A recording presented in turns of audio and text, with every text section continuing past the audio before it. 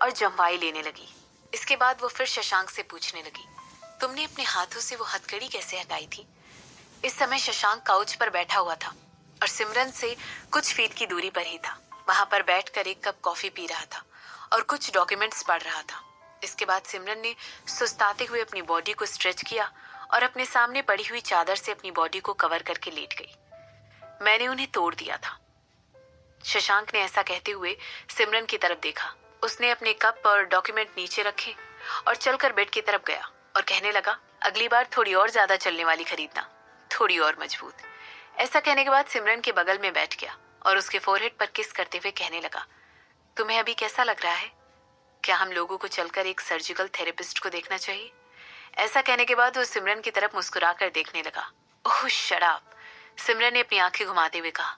जिन हथकड़ियों को उसने online order किया था वो वाकई में बहुत ही कमजोर वेलवेट मटेरियल की बनी हुई थी, जो कि शशांक जैसे शैतान को ज्यादा देर तक पकड़ कर रखने में सक्षम नहीं थी।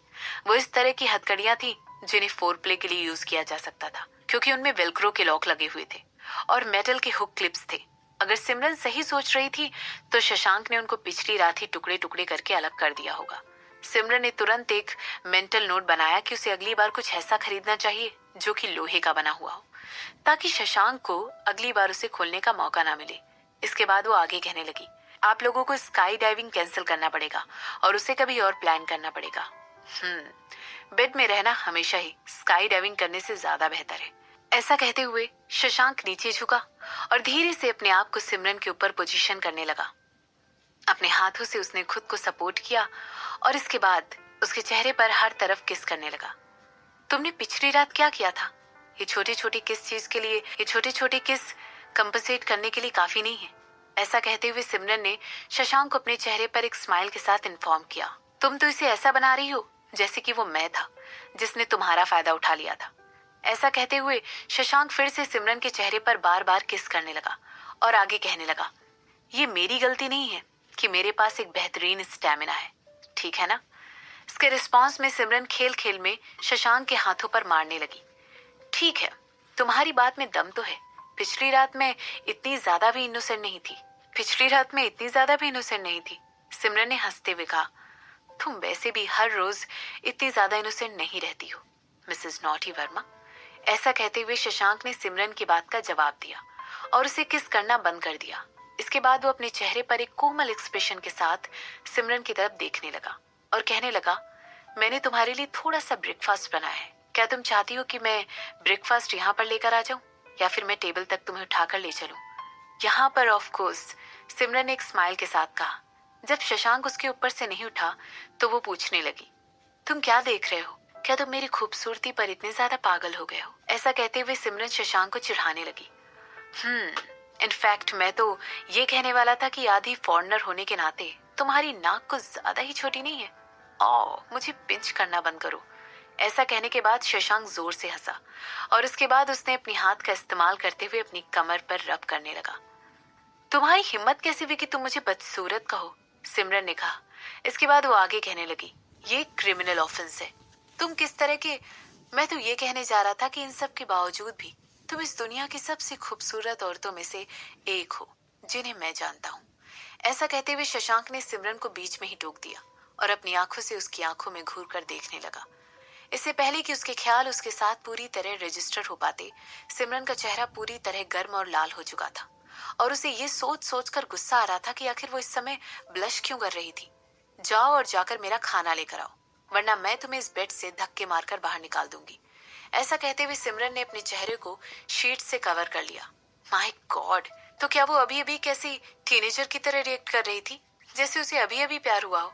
सिमरन ने सुना कि शशांक उसकी बातें सुनकर हंस रहा है और इसके बाद उसने चादर के ऊपर से ही सिमरन के माथे पर किस कर लिया। इसके बाद में बेड से नीचे उतरकर सिमरन के लिए खाना लेने के लिए चला गया। उसकी हंसी की गूंज पूरे रूम में फैल गई थी। कुछ मिनटों बाद शशांक वापस एक के साथ आया और उसने बड़े ही सावधानी के साथ उसे बेड पर रख दिया।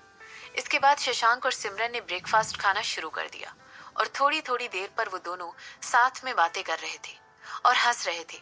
कुछ देर बाद जब उन लोगों ने अपना ब्रंच फिनिश किया तो शशांक ने सजेस्ट किया कि उन दोनों को बैठकर साथ में कुछ मूवी देखनी चाहिए। ऑफ कोर्स सिमरन ने तुरंत शशांक की बात मान ली और उससे कहा कि वो उसे अपनी गोद में उठाकर अपने बैटमैन की थीम वाले एंटरटेनमेंट रूम में लेकर चले।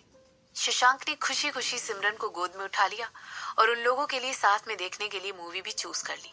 हालांकि पिछली रात की एक्टिविटी से बहुत ज्यादा थक गई थी, इसीलिए वो शशांक की बाहों में ही सो गई। जब सिमरन उठी तब तक ऑलरेडी डिनर का टाइम हो चुका था। एक बार फिर उसने शशांक से जिद की कि वो बेड में ही बैठकर खाएगी, और अंदर ही अंदर वो उस बात को सोचकर हंस रही थी। उसे फील हो रहा था कि वो कोई छोटी सी बिगड़ी हुई बच्ची है। शेफाली ने कुछ देर पहले मुझे कॉल किया था, तुम्हारा पर्सनल नंबर लो बैटरी पर था तो उसने मुझे कॉल कर दिया। शशांक ने सिमरन से कहा, ओह, क्या उसे कुछ चाहिए? मैंने उसे कहा था कि वो मिस्टर रोशन को कॉल कर ले अगर उसे कुछ इम्पोर्टेंट काम के बारे में बात करनी हो। वो आसानी से हर चीज हैंडल कर लेते हैं। सिमरन ने कहा, रुक्मणी राजवंशी फ्राइडे से कॉल कर रही थी, वो तुमसे पर्सनली कुछ बात करना चाहती है। शशांक ने कहा, वो मुझसे बात करना चाहती है? सिमरन ने पूछा और इसके बाद चिकन की ग्रेवी के साथ राइस खाने लगी। हाँ, मैंने उससे कहा था कि वो उसे इग्नोर करे। शशांक ने कहा, ये तुमने अच्छा किया। सिमरन ने अपना सिर हिलाते हुए कहा। इसके बाद वो आगे पूछने लगी, क्या तुम्हारे पास पद्मनी के बारे में कोई न्यूज है? हाँ, मनमीत ने मुझे पहले ही इन्फॉर्म कर दिया था कि उसके पास एक तरीका है जिससे वो पद्मनी राजवंशी को ये बता सके कि रुक्मणी यहाँ पर बहुत ज्यादा स्ट्रगल कर रही है। उसकी खबर सुनने के बाद ये तुरंत यहाँ पर भागी चली आएगी और खुद को अपने पेरेंट्स के सामने फिर से प्रूफ करने की कोशिश करेगी। शशांक ने कहा। इसके रिस्पॉन्स में सिमरन ने अपना सर हिलाया। इस समय उन लोगों की आखिरी आस बस पद्मनी से ही जुड़ी हुई थी। वो लोग उसको वापस बुलाना चाहते थे ताकि वो वहां पर आकर जो कुछ भी उसका था उसे वापस ले जाने की कोशिश करे। जैसे ही उन्हें पता चल जाता है कि पद्मनी राजवंशी ने अपनी बहन के साथ एक एग्रीमेंट साइन किया है जिसकी वजह से वो उनके परिवार की जायदाद को वापस ले सके। शशांक और सिमरन दोनों को पता चल गया था कि इस बारे में कुछ ना कुछ तो गड़बड़ है। जहां तक वो लोग जानते थे, उन्हें पता था कि रुक्मणी एक बहुत ही सेल्फिश इंसान है जो कि सिर्फ और सिर्फ अपने बारे में सोचती है। इसीलिए उन्हें पता था कि जरूर उसने अपनी ही बहन को धमकाकर वहां से भगाया होगा, या फिर हो सकता है कि पद्मनी को भगाने में भी उसका कोई ना कोई हाथ हो। इन सारे नतीजों पर पहुंचने के बाद सिमरन के पास एक प्लान आया जिसकी वजह से वो रुक्मणी को बर्बाद भी कर देंगे और जानकी को बाहर भी निकाल देंगे। ये एक बहुत ही सिंपल प्लान था। उन्हें बस पद्मनी के उदयपुर वापस आने का वेट करना था और फिर वो वहां पर आकर हंगामा खुद ब खुद मचा देगी। सिमरन शशांक और पद्मनी के साथ एक ही पिक्चर में और एक ही तरफ होने से रुक्मणी को वाकई में बहुत सारी प्रॉब्लम का सामना करना पड़ेगा। लड़ाई की गहमा गहमी में सिमरन को यकीन था कि रुक्मणी का माइंड उसका फोकस खो देगा। आखिरकार शशांक और सिमरन पहले से ही एक अनस्टॉपेबल फोर्स थे, इसीलिए उनके साथ अगर उसकी बहन भी मिल जाती तो वो उसके लिए इरिटेशन बनकर खड़ी हो जाती, और एक बार रुक्मणी अपना आपा खो देती है, सिमरन के लिए बहुत आसान हो जाएगा कि वो उसे मौत के घाट उतार दे। असलियत में नहीं, ऑफ कोर्स सिमरन बस इतना चाहती थी कि वो एक बार रुक्मणी को इतना ज्यादा डरा धमका दे कि वो खुद ले जाकर उसे अपनी माँ के सामने खड़ा कर दे, जो कि इतने सालों से अपनी फेवरेट बेटी को बचाती आ रही थी। आखिरकार कोई भी माँ दूर से खड़े होकर अपने प्यारे बच्चे को सफर करता हुआ नहीं देख सकती है, और खासकर तब जबकि उसकी वजह उनके अतीत से जुड़ी हुई हो।